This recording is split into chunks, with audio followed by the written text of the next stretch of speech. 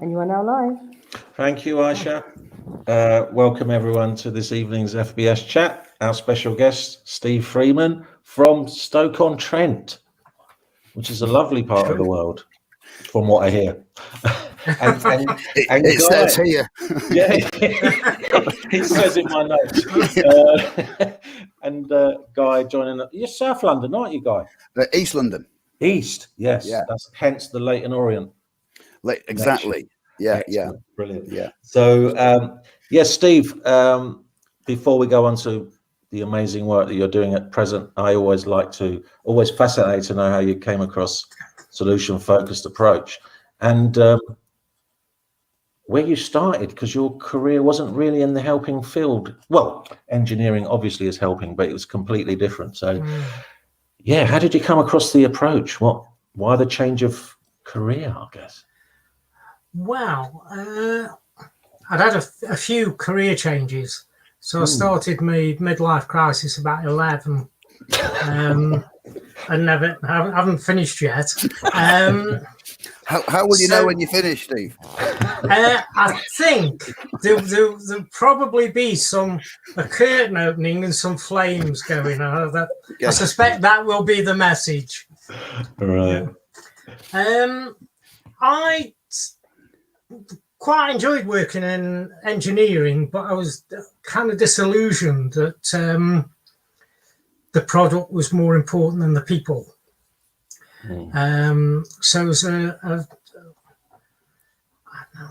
had my revolutionary phase at college, and I'd done my voluntary work in a night shelter in Stoke-on-Trent, done a few bits and pieces, and then ended up finding myself with a fancy car and lots of money running an engineering firm for someone.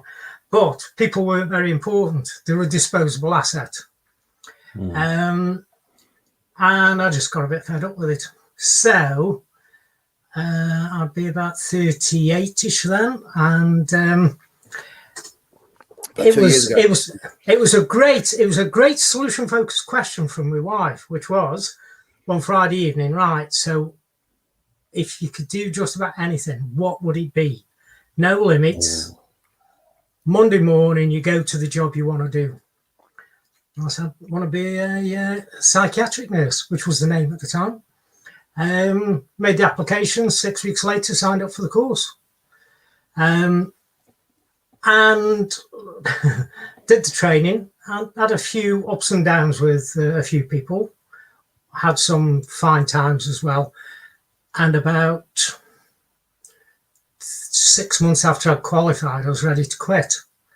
I'd started looking around at other interesting things to do. And someone said, do you want a couple of days off? I don't know. Well, there's this course. It's on something called solution-focused therapy. It's a load of bullshit. Nobody wants to go. So I've put your name down it. I put your name down for it. I said, oh, good. But the food's good. Oh. And that was it. And it was brief. 2-day course at one of the old institutions that's now a posh housing development. Never looked back. And it was because it had got the pragmatism of engineering and the soul of working with people. So that was great, really. That's having your cake and eating it, really. So yeah, that was it. And just went from strength to strength. I was really fortunate because I've got I worked for a consultant psychiatrist who was delinquent, really. He would do anything but what the book said. But he was incredibly successful with the people he worked with.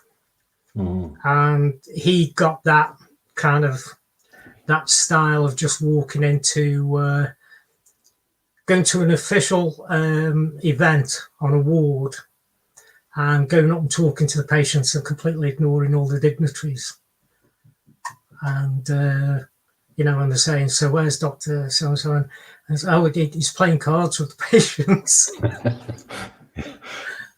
So he was very good, and I got a general manager who really got it.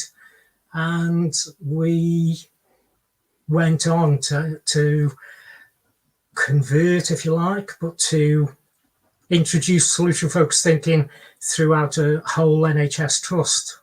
Wow. 2,500 people. Jeez. Training courses, 10 months of the year. Just phenomenal. Right, good. So can I just come in and ask a couple of questions here, Steve? Ah. Firstly, just how did you put it before when you said it has the something of engineering and the soul of working with people? Yeah. It sounded lovely the way you. So it's got the what of engineering? The pragmatism. Pragmatism. Yeah. Ah. I like that. Thank you. Well, I'm not very good on airy-fairy stuff. Yeah. The kind of conversation we were having earlier on, just do the job. Just get it done. Why do you want someone in therapy for 5 years? I want them in therapy for 2 weeks and then let them go do something useful for 4 years and 10 months and 2 weeks. And then Steve, in terms of your being able to develop from that 2-day course in the first place, and it sounds like that having the consultant psychiatrist you had was helpful for you. And then you also, and that was a piece of luck, maybe, that you had that type of consultant psychiatrist, or did you contribute to that, or was that just a piece of luck? Bit of a mix, really. Because I'd been such a troublemaker during my training, awful lot of students in training, I know it's wrong, but I can't say anything because I've got to pay the rent. And, every day you go to work is your last day. Just don't worry about it. There's always money to be made somewhere. Just do the right thing every day. Because of that, when it came to allocating newly qualified nurses, they decided to punish me by sending me to the least popular ward, which was the drug treatment unit, which is exactly why I went into mental health nursing in the first place, but I hadn't told anyone. And the consultant there, it was a bit of a mix. He's up for anything, but he got, he just got that kind of pragmatism about him as well. And hugely respectful of people accessing services and the families. So we kind of hit it off straight away. There was a natural fit. And it was also good for his career as well. There was, got to say, we've got a few publications out of it. We went to some cracking conferences.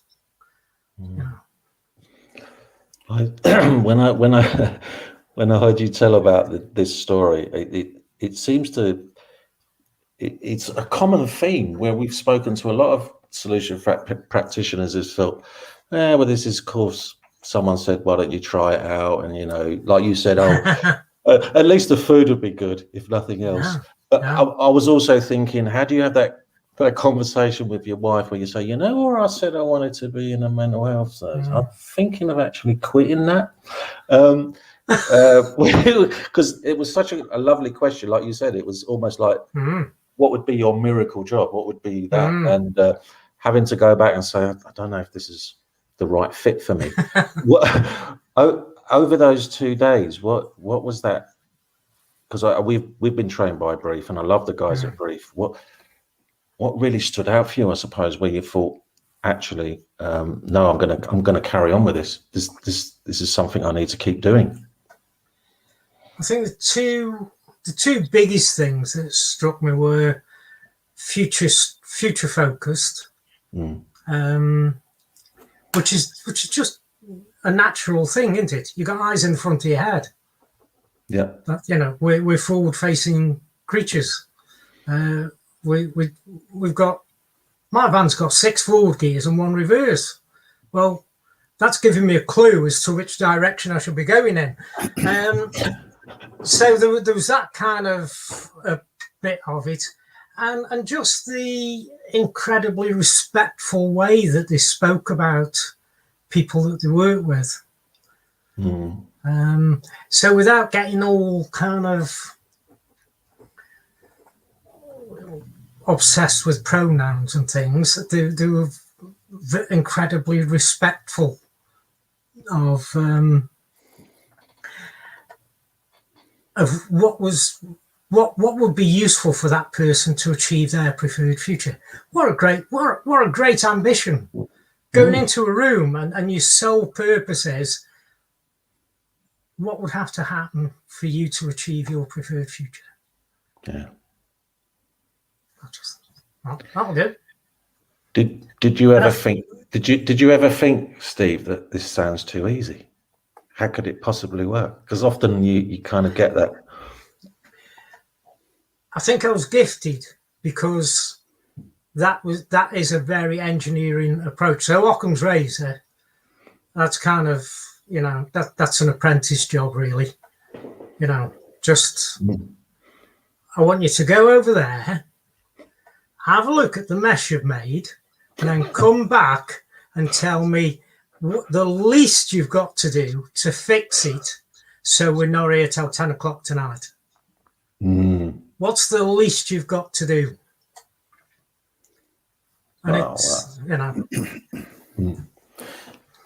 So you did the course at Brief, and then you were back in your job as a psychiatric nurse in mental health services. So you're working for the NHS in typically a problem-dominated environment, for a problem-dominated agency, typically. And so, and as you'll know, Steve, and I'm sure Joe and Aisha as well, when people come back on follow-up courses, having done some introductory training and solution-focused, people are working, especially in statutory agencies, whether it's NHS, social services, children's social care, etc., etc. There's this question arises about how you can be solution-focused in a problem-focused environment. And it seems to me that, forming relationships with the people that you work with is a crucial part of it. And I know, I think you're fantastic, Steve, at forming relationships. And you've mentioned a couple already in terms of the consultant psychiatrist. And then you also said you had a general manager who really got it. And I had a manager who supported me when I was back in my social work, child protection, job when I was first trained. And I say to people when I train them, make sure you get a good manager, and it's sort of meant to sound a bit humorous, because you think, well, I've got the manager I've got, but I think there's things you can do to help yourself have a good manager, and there's things you can do to help general managers to get it. So I was just wondering, in the sense of giving tips out, maybe, what was it that you did that helped your general manager to get it? It's the same for any manager. Don't care what environment. Did a bit in organisational development as well, so that might creep in. But every manager wants something. That's simple. So what you do is you find out what's your manager's preferred future. And generally, they want the most for least because they're not given very much and they're asked to do a lot. So it's not that they're bad people, it's just they're just people. So whatever it is that they want, you tell them they can have it if they take this approach. Within reason, obviously. If they want genocide or something, you'd have to tread a bit careful. But, by and large, you can achieve what managers, organisations want. And the other thing that I found was just take on the really tough stuff. Right, got an admission this afternoon, known to be violent, doesn't like male staff, doesn't like female staff, doesn't like other patients, very high risk of this, very high risk of that, known to do this, known to that, arsonist, and he's got associates who carry guns. Right, he wants to do the admission. Right. You're looking around and you're thinking, I'm sure there's some people in this room a minute ago. I said, I'll do it. I'll do that. Yeah, I'll do that. Mm. And you just go in, have a chat. Mm. And you have a brew. Got some paperwork to do. It's tedious. You've done it all before. I'll leave you the paperwork. You have a look through it. I'll go make a brew. Come back. We'll fill it in together. And then things like with people who are defined as difficult, it's usually because the service isn't listening to them. So starting with simple things like saying, right, this is your assessment. It's going to have your name on the front and your date of birth and your unit number, not mine. So what do you want this assessment to say about you? So why don't we write it together? It's like, what, do that? Yeah, I can do that. I'll come on. Come on, another cup of tea. Yeah, I'll come on. And that's it. And you just, I don't know. It's that word you use, simple, isn't it? It is bloody simple. Mm. You can make it really complicated if you want to kind of string it out a bit, but it's really simple. What do you want? Mm. And how are you going to get it? And what part can I play in that would be useful? Yeah. Well, yeah, taking on the tough cases, that wins the team round pretty quickly because they get curious. They want to know, well, hang on a minute. You've only just qualified. You know, I've been qualified 20 years. I can't stand him. He can't stand me. So how come you're wet behind the ears and you're laughing and joking and you've got the assessment done? Mm. And that Just happen to have.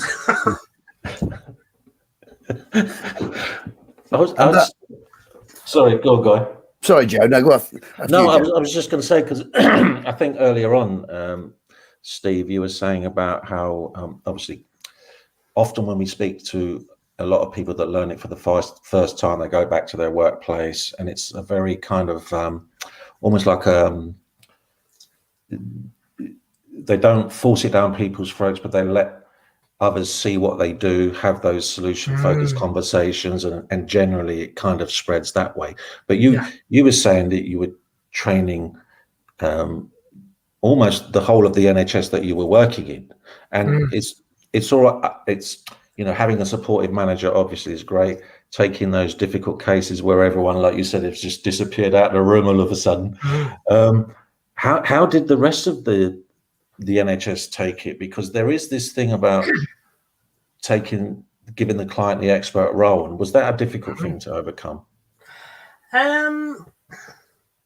With some departments, I've got to be honest. Can I just say, if anybody tonight uses the term medical model, I'm going to have a huff and I'm going to walk out because I'm just not having that. It's pathological thinking. That's all. You get pathological thinking. My neighbour thinks pathologically, and he's an ex-telecom engineer, right? It should be pragmatic then. Sorry. Yeah, it should be something. So there were, you know, we had consultant psychiatrists saying, right, I want all my team to get the training. Right, so when did you do yours? Well, I haven't. Right, you failed there. So I think what you meant to say was, can I sign on for one of the courses and then the rest of the team? Things like, I want all the team doing, right, the whole team. So your PA will be on the next course and the receptionist. Well, I don't think they know. Okay. So you failed again. Right, do me a favour. Have a really good think about this. Have a chat with your team and then sign up.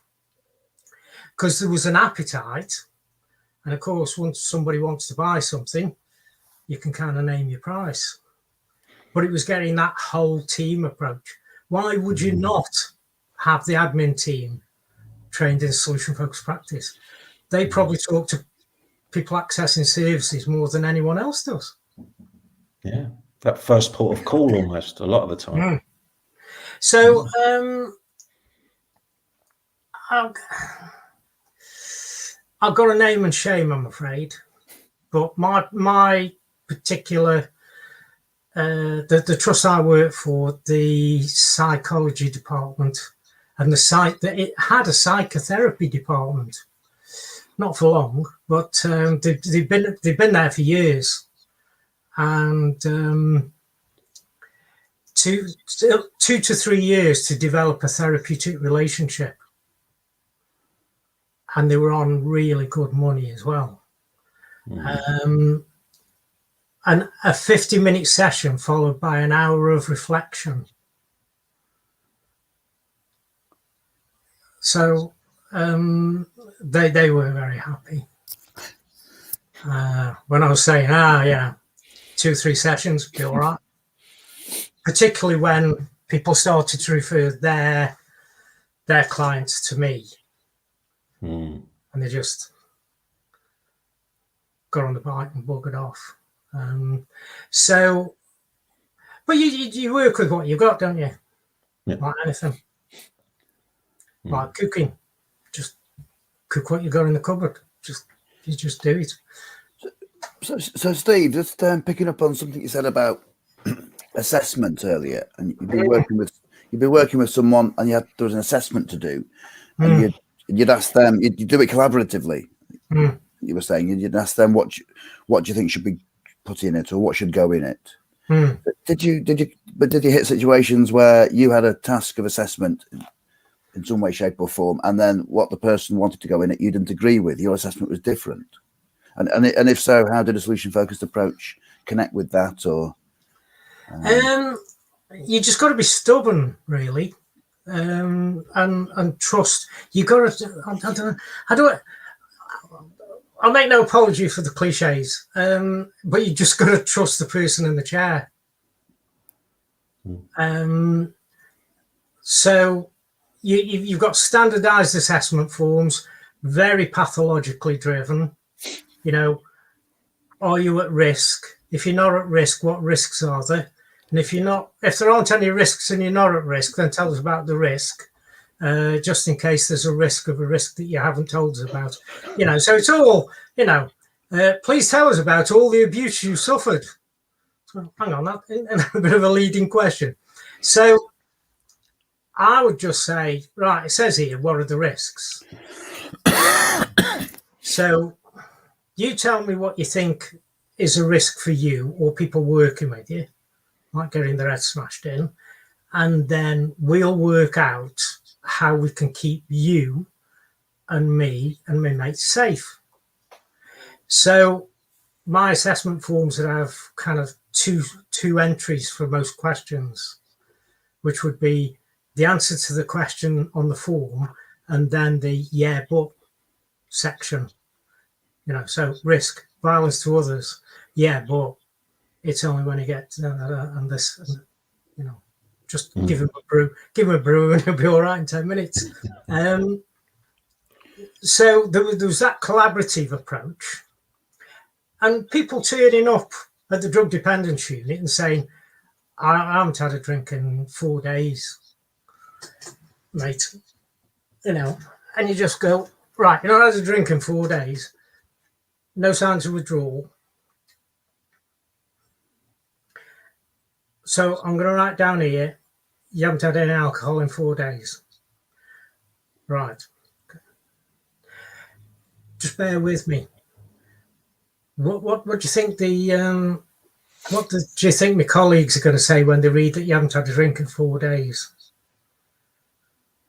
I bet they think I'm lying. Okay. So when they say I think he's lying, what do you want me to say on your behalf? I'm a bit pissed and I won't go to bed, really. Okay. And you just I think it was in Sue Bird, name dropping, talk as if. So if somebody's giving you a line, just talk as if. So talk as if that were true and just let it talk out. Then it'd be, Yeah, all right. So it's a bottle of scotch a day, a few cans of tenner super, and you just have a conversation and work out what you want in it. And I was wondering in terms of obviously with the training, did the assessment paperwork change, Steve, or was it always that kind of looking for pathology? Or Well, that's interesting. We've got Stoke-on-Trent was a dispersal area for asylum seekers and refugees. Bad name, but everybody, that's what it's called. And Sarah Wilshaw, my bestest mate, she said, right, yeehaw, we're going to have a solution-focused assessment form. And the first 4 people that she used it on got sent, refused asylum because they were so bloody competent. And it was there in black and white, all about the strengths and the coping and the clear view of the future and how, the protective factors against taking their own lives and so on and so forth. So we had to retrench a wee bit and say, right, so how do we state an accurate case for this person to have settled status or temporary leave to remain, and yet have a conversation that recognises their skills, strengths, resources, and so on and so forth. So we did develop, a team developed a really good strengths-based assessment form, which is on the website there, with a set of guidance notes. And that worked really well. That was with a community mental health resource centre. So it's halfway between primary care and hospital. And people found that absolutely astonishing to work with. So I think it depends on where you're working as to how much you can change. The crisis resolution and home treatment team, they have such balmy names, don't they? But anyway, crisis resolution and home treatment team, they had a twin track assessment as well. So it was the hard end of it, what are the risks for this person's life and for others around them, and equally, what are the protective factors? So Steve, did you say a minute ago that there was something on the website, some assessment schedule or assessment tool? Is it something that people can have access to? Yeah, it's just on there. Just nick it and use it or adapt it, and there's the assessment form and a set of guidance notes on how to use it. So you might have said this already, Steve. Which website are you referring to? It's the one. It's going across the bottom of my screen. Sure. I don't know if you've got it as well. Yeah. Steve Freeman's website. Sorry, Steve. That makes entire sense. Yeah. The one which website address is going across every second. Yes, that's the one, Guy. Yeah. Okay.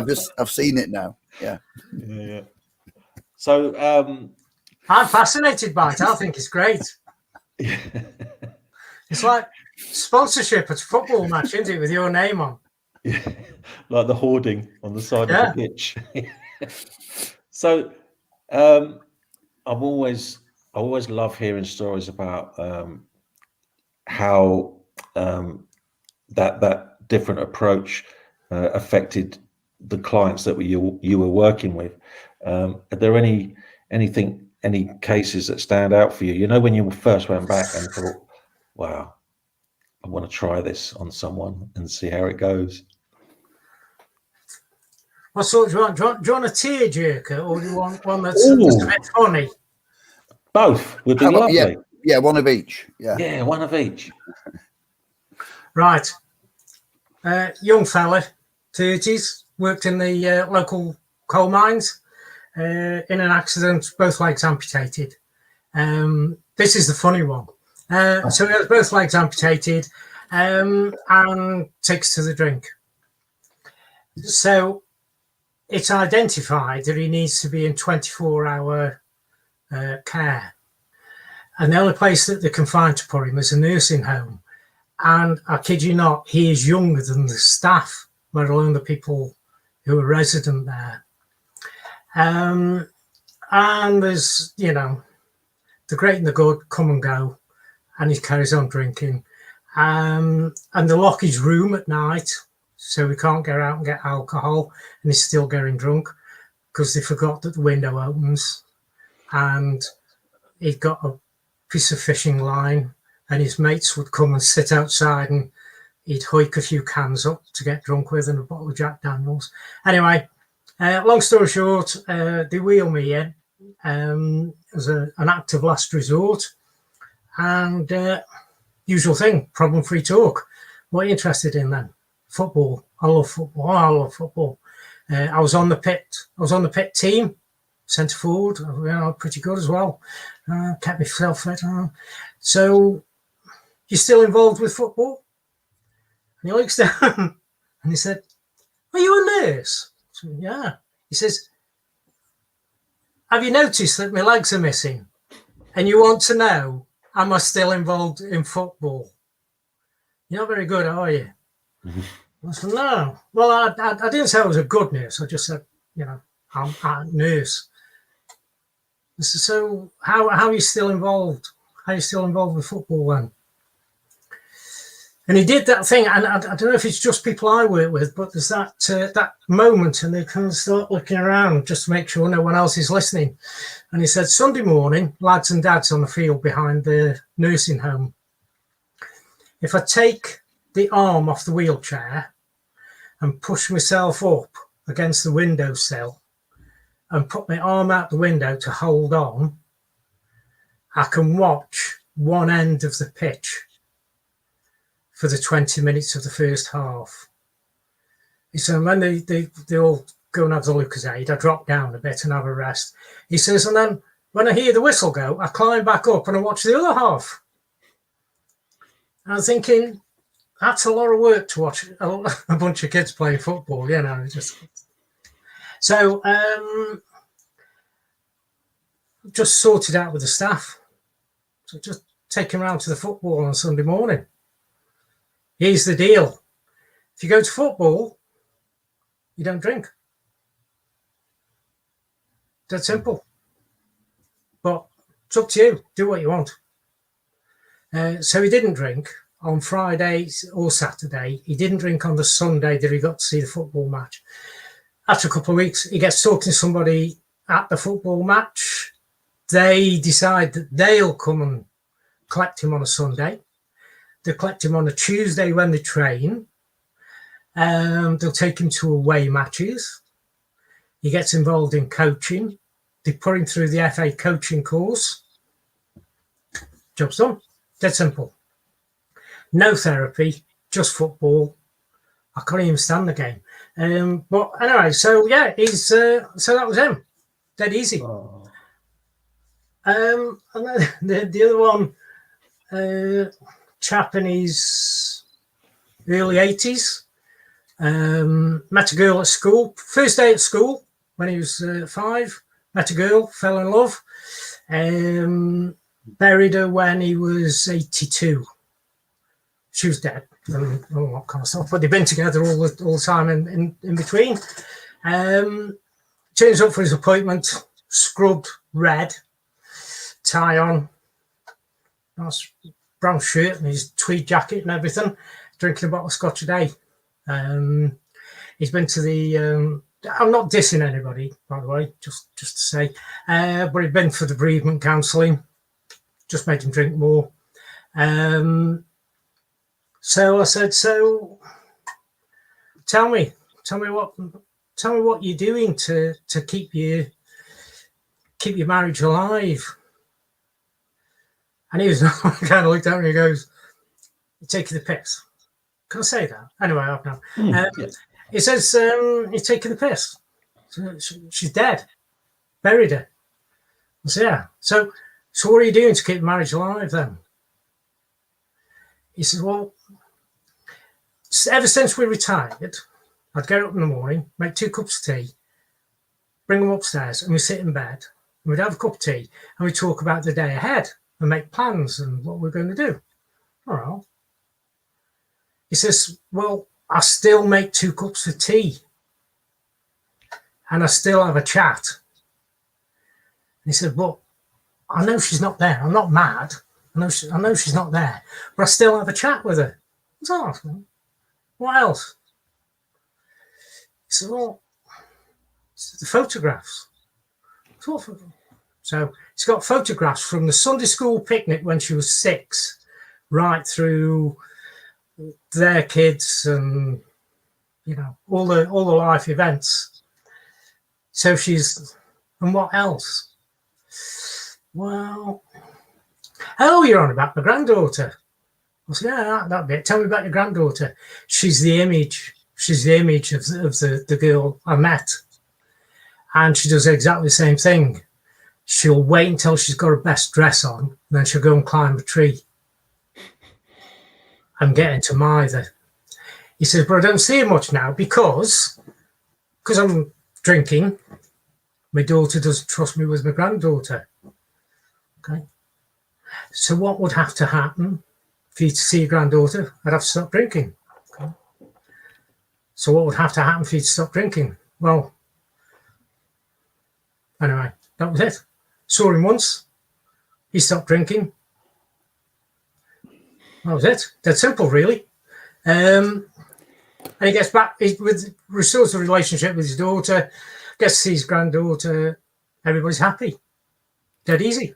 Yeah. Well, I'm not sure about dead easy, Steve. I was dead simple, yeah. Oh, what's complicated about that, then? Well, I thought they were lovely stories, Steve. But keeping it simple came out, especially the second story, when you're how you're keeping your marriage alive and what else, the way you did it. But the way you did it is not easy, I don't think. It's I just think it's simple but not easy. And well, if it's really, really simple, just trying to find a link to a question I want to move on to. Why do you have to do a master's in it? That sounds a bit challenging, isn't it? But one of the things we've got in common, Steve, is that we both did the masters in SFPT at Birmingham Uni. I think it's to show how simple we are. Like really, really good at being dead simple. I suppose I think some of the best solution-focused practitioners I know have never done a day's training. And yet some of the most valuable resources to the solution-focused community and some of the game changers in the solution-focused community in the UK, internationally, came from the master's course in Birmingham. Please direct all complaints to the Radio Times. Radio Times. I could give you the list. I could tell you what they're doing. Some of them, they keep cropping up. It's a credit to Bill O'Connell.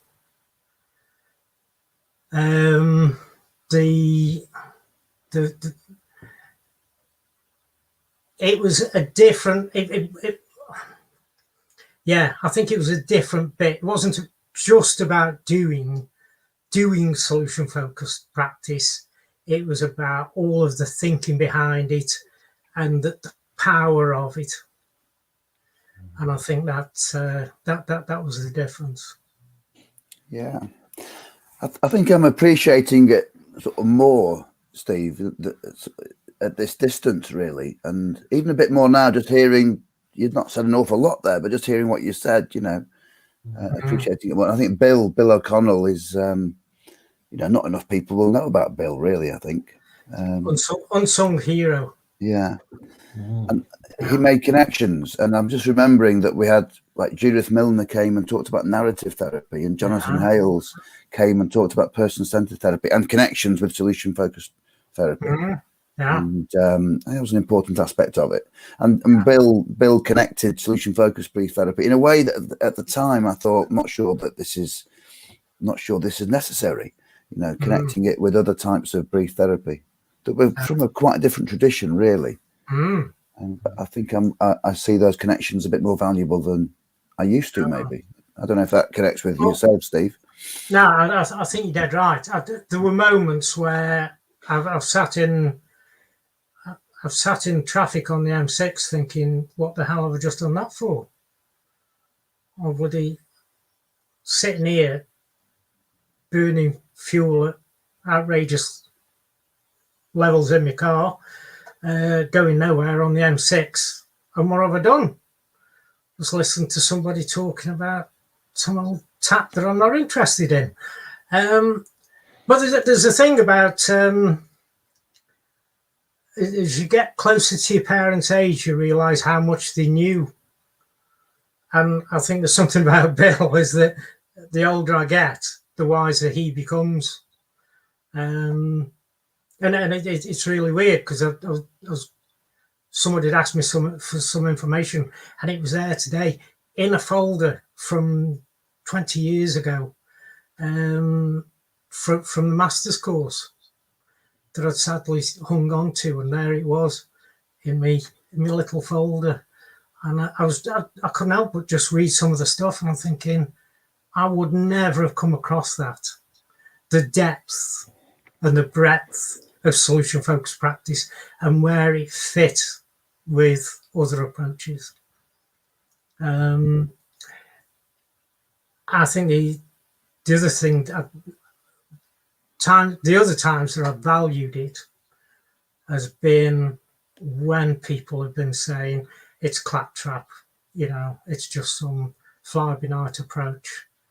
And I've been able to sit there with Bill O'Connell at my shoulder and just say, actually, I think you'll find, and it's just been there. So I think, yeah. What sadly missed. Yeah.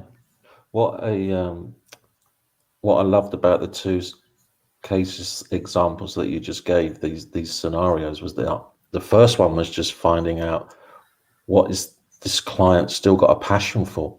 It wasn't like you said, it wasn't therapy. It was just like, the guy loves football. Let's get him more involved in that.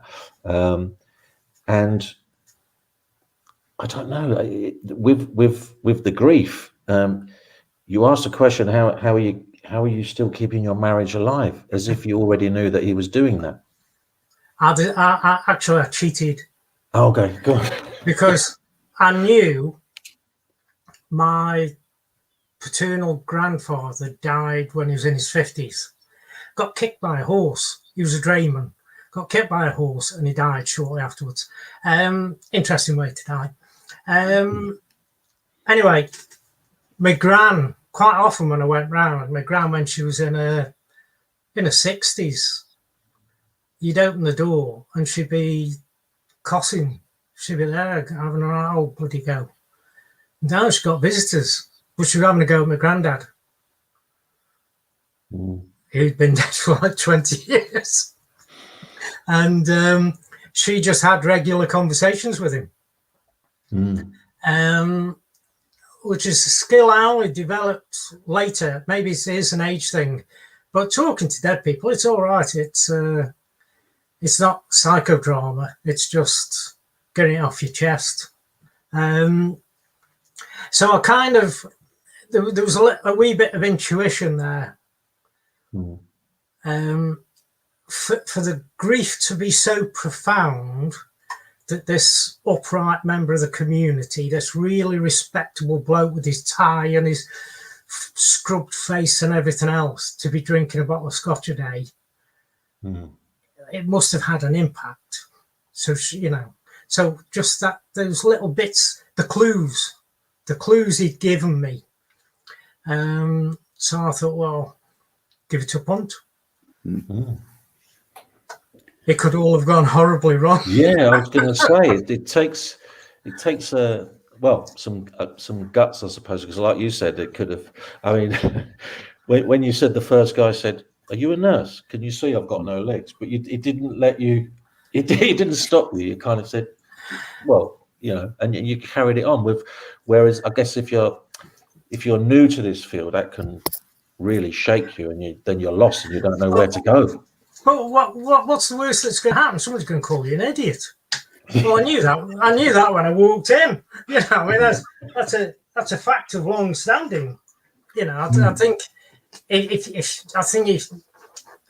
just my thinking, but if you want to do this work well, you've got to leave your ego and your you know, in the boot of your car, or leave it on the doorstep or something. But I'll openly say I have no idea what I'm doing here. Help me out. Help me out. Yeah. And Steve, you've given the two really lovely examples of working with individuals.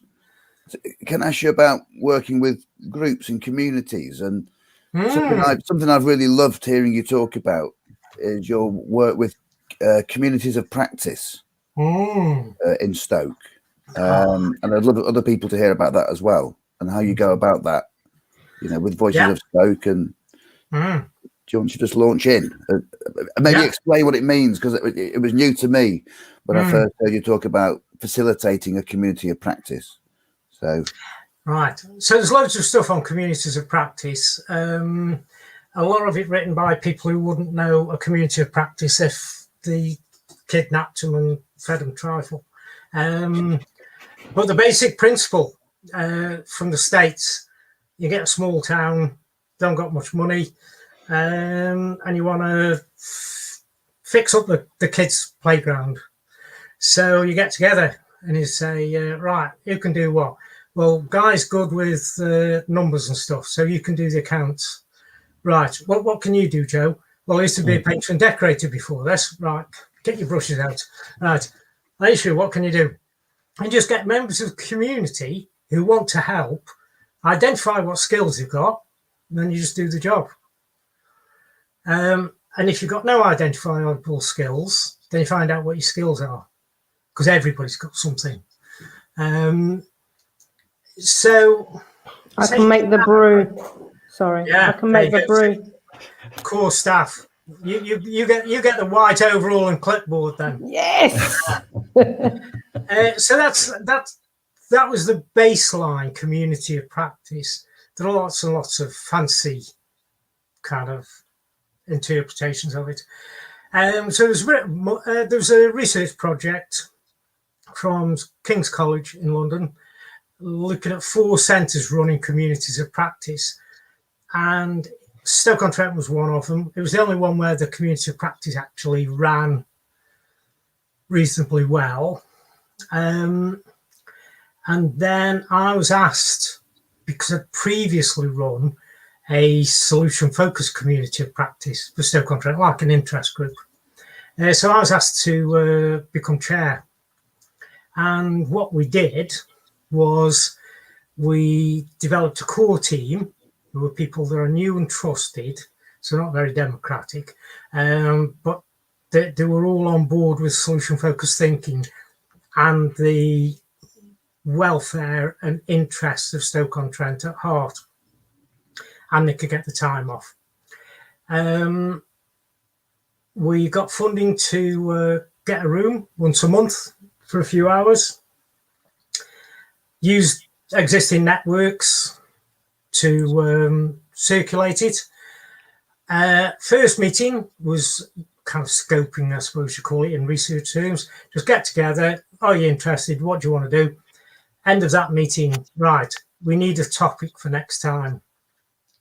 So we selected a topic, got together and discussed it. But there are a couple of things. One, it can't be a talking shop. There's got to be actions, and there's got to be names against the actions, and there's got to be a time against it. Otherwise, it just ends up like this, you know, Holyrood or something, taking forever. And that's it, really. It ran for a good few years.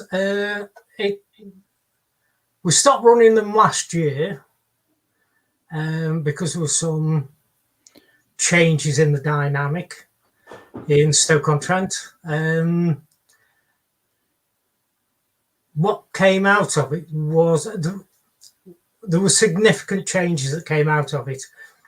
So we developed with no extra resources, a liaison with local prisons, so that no one was released on a Friday afternoon with a bus pass and £5. So, Steve, can I just come in? Because I've heard you talk about this example. It's a fantastic example.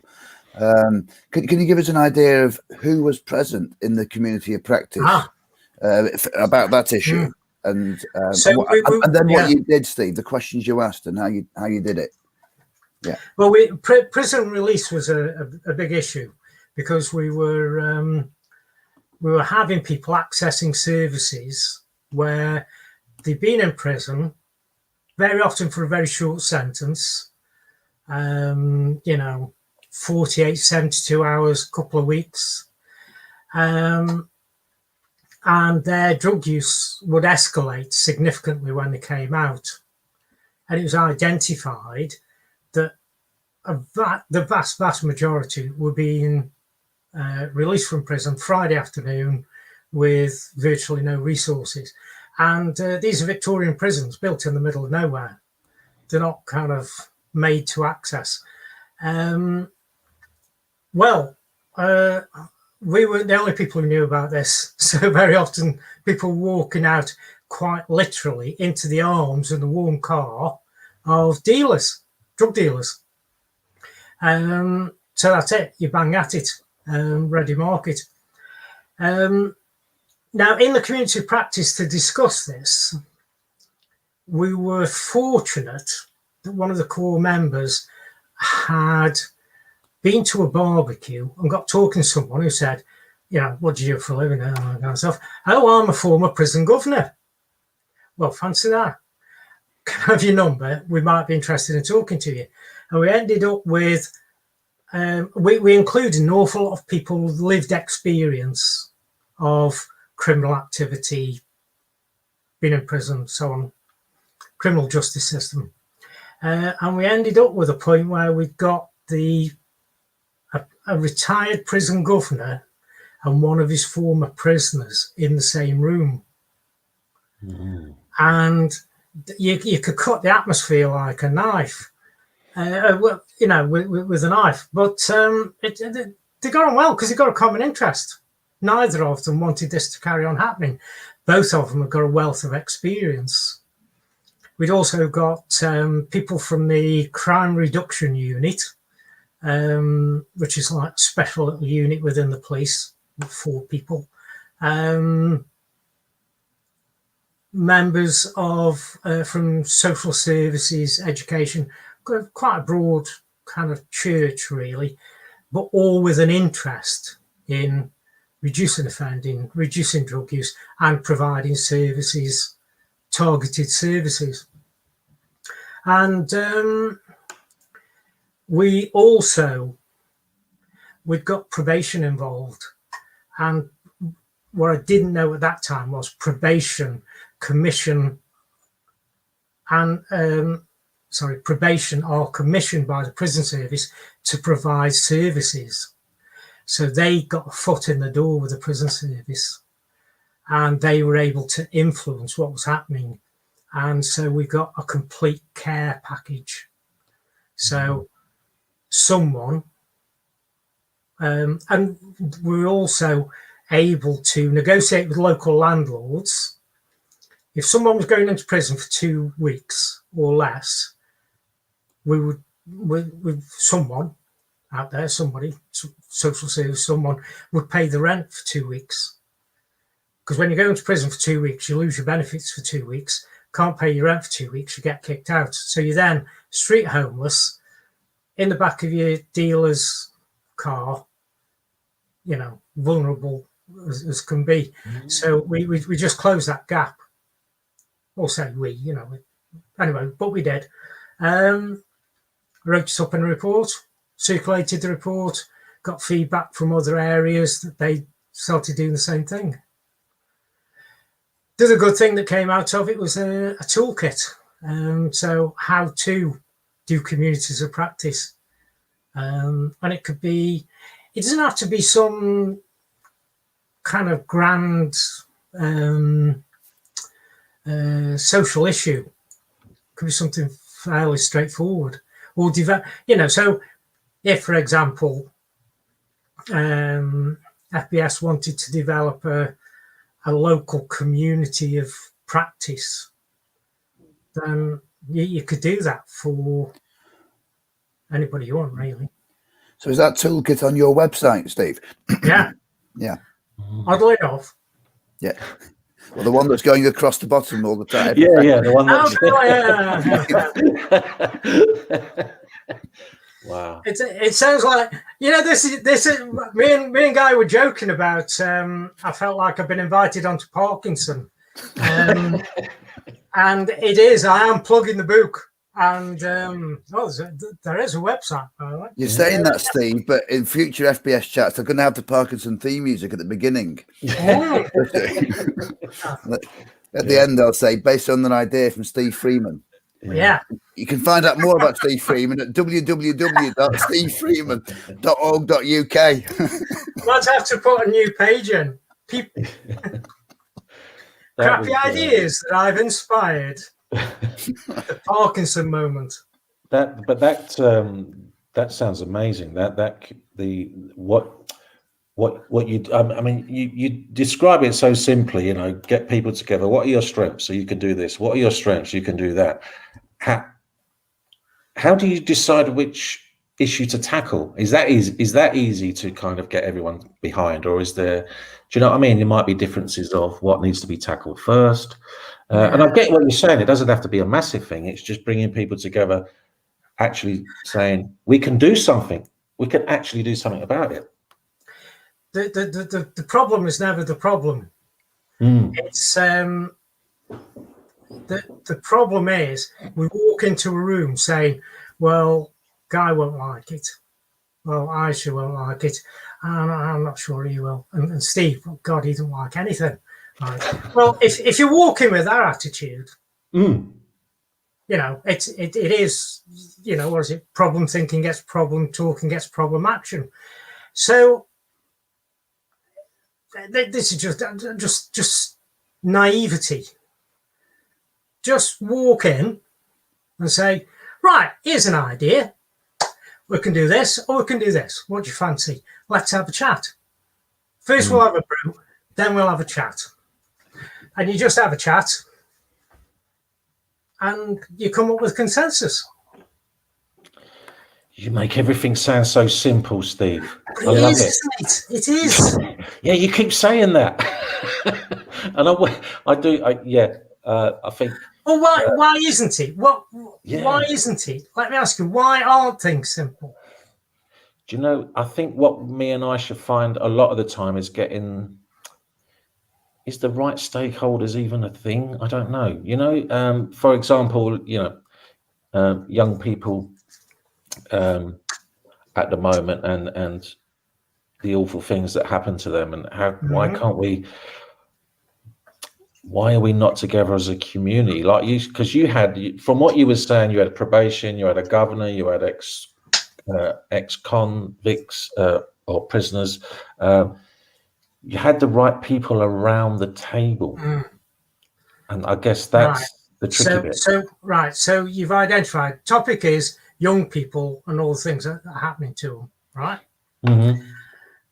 And you've identified that there are key agencies that you want around the table, right? Mm-hmm. So tomorrow morning, your first job is get the kettle on and say, who do we know who knows someone who knows someone who knows someone in one of those services? Got you. Well, waste time going to the director of social services unless you play golf with them. Just, my auntie Betty used to be a social worker. She goes out to a curry club on Tuesday night. Right. Betty, you're on. I love it. Just use your networks. Yeah. We've got to use our networks more, Ash. But the bizarre thing is, we got all sorts of people. We had chief superintendent of some area of the police who turned up. And she said, I don't know why I've turned up here, but I hope it's all right. I just wanted to find out what all the fuss is about. So they don't want to feel left out. Yeah. And it's the rumour again, social focus cliche, a rumour. Somebody's heard this rumour about something called the community of practice. And, Love it. and the power of social media as well. I've got to be honest, Twitter, we use that so much. Curious as to curious as to how we would get someone from at Stoke Social Services to sit down and have a piece of cake with us. 2 days. 2 days. We had 4 people who wanted to turn up at the next meeting because we mentioned cake. Well, and it sounds like a brew is high on the agenda as well, Steve. That's all you got to do. It's just a human thing, isn't it? Like sitting and picking fleas off each other. It's just. Oh, I forgot I wasn't on mute. But that's how communities are made. Oh. I think. Sorry, go on, guy. I'm not sure I should say that. Is it partly a northern thing? This thing about come in, I've got a problem. Come in, I'll put the kettle on. And just before I'll put the kettle on. You used to hear Hilda Ogden saying it in Coronation Street. That wonderful character. And if somebody was upset, come in, I'll put the kettle on. I'll put the kettle on means I'm going to take care of you. I'm going to listen to you. It's like code, isn't it? It's I'll put the kettle on. Well, so yeah. But everybody gets it. It's it might be more dominant in the north, but yeah. It's pretty much universal, isn't it? I think. Food and drink is universal. Doesn't matter where you're from. Everybody has an interest in both, and that's one of the ways that when some services, social workers say you're never going to reach this family, they're really hard to work with. Talk about food. Yeah. Just be really curious about food. Yeah. And soon enough, you've got lots of recipes and and you're working together. You've built that relationship in the first 5 minutes talking about food. I dealt with quite a few complaints for the trust I was working for. And it's like, well, this is very sensitive because of this, and it's sensitive because of that, and you've got to be very careful about this and make sure you don't swear. And morning, Steve Freeman from this trust, and this is my colleague. You got a brew on? Oh, I can make a cup of tea. Do you want a biscuit? Oh yeah, what sort of biscuits have you got? Do you find the bits getting your teeth with those? Good. Stand in the kitchen while they're making a brew. And just, and then you go into the living room and say, right, gotta say, first thing, really sorry about what happened with your daughter. It's a terrible thing. You can't apologize. In the policy, it says never apologize. Right, so ignore that. Really sorry about what happened to your daughter. What would have to happen for you to feel just a wee bit better? Or feel better already? Okay, so what would have to happen to feel even more bit better? Well, you said you're sorry. So, well, we are. Right, okay. Do you want another cup of tea, dog? Oh, yeah, I'll have another cup of tea. Do you want a piece of cake? So it's just people. So what are you up to at the minute, Steve? What's... I'm doing... I've got a few bits and pieces. Do some academic supervision for people doing social focus courses. Do one-to-one therapy work. I like therapy. I have a chat with people who... Anyway. And I'm doing some work, do quite a bit of reflective practice work. So looking at practice development, just using... and I just finished an interesting contract, which was meant to be reflective practice, but it started the first week of lockdown last year.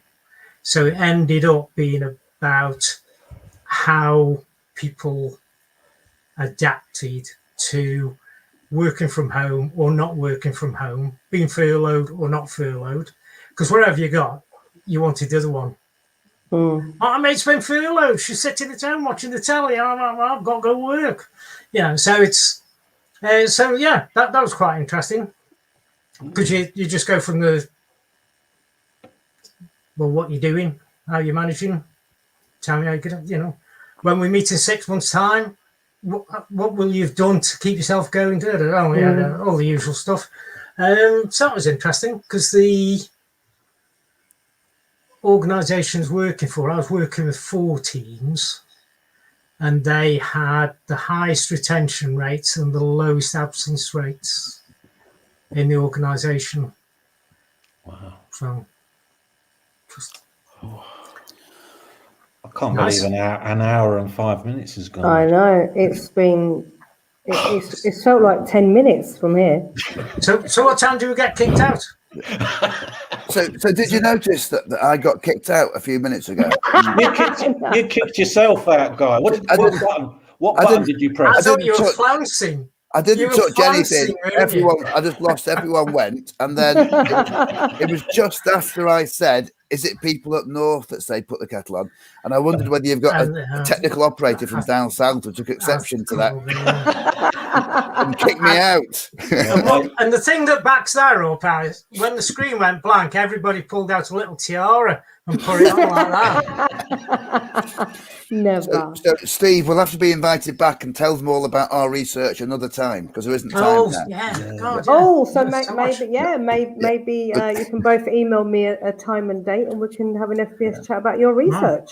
Yeah. Solely about your research. But it's been absolutely wonderful, and I feel so inspired listening to you, Steve. And I have all these ideas whizzing around my head at the moment. And I'm sure Joe has as well. I do need help. I need a lot of help. Go and put the kettle on. I know Gil's certainly enjoyed it. It's been absolutely brilliant. Was it okay for you, Steve? Yeah, it's a blast. Okay? Yeah, right. I mean, Guy's been here quite a few times, so he's part of the bird. Any last comments from anybody before we draw to a close? Just been very enjoyable talking with you, Steve, and listening to you. And definitely. And thank you both so much. And Steve, thank you for reminding us that, because from everything you've said, and I think you said towards the end, I still like actually working with people. And with all the research, theories, practice, you come across as still loving that interaction with people, and the community thing is really inspiring. Thank you so much. Thank you. Thanks for the invitation. You've got the soul of working with people, Steve. Absolutely. That's what I mean. Just more soul. Yeah. Can I just ask you guys to stay there just for 1 second so we can say goodbye privately, but to everybody else, we will see you in a couple of weeks for another FBS chat. But do take care of yourselves and each other. Take care. Bye. Bye. Bye-bye.